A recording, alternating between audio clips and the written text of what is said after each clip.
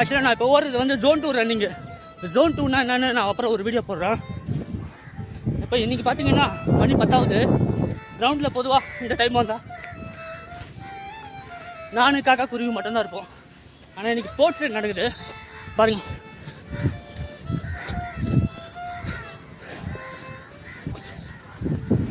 நிறையா பசங்க இருக்காங்க. எல்லா அத்லெட்டிக் ட்ரைனிங் ஸ்போர்ட்ஸு நடந்துருக்கு. ஆமாம் நேர்ஸு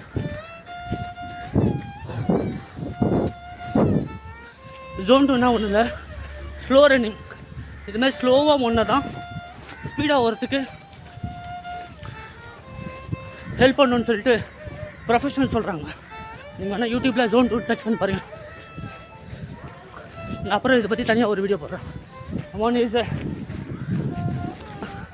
ஸ்பீடாக ஓட தெரியுமே, நம்ம ஏன் ஸ்லோவாக ஓடணும் அப்படின்னு நினைக்கக்கூடாது. அதனால் ஸ்லோவாக ஒரு 7 phase 6 phaseல ஓடணும். ஓடி ஃபுல்லாக 5 கிலோமீட்டர் கம்ப்ளீட் பண்ணணும். இதுதான் நம்ம ஸ்பீடாக ஓடுறதுக்கு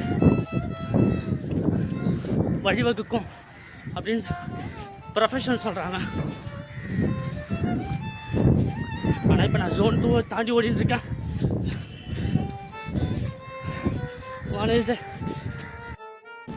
ஆக்சுவலாக நான் இப்போ ஓடினது ஜோன் 2 ரன்னிங்கே இல்லைன்னு நினைக்கிறேன்.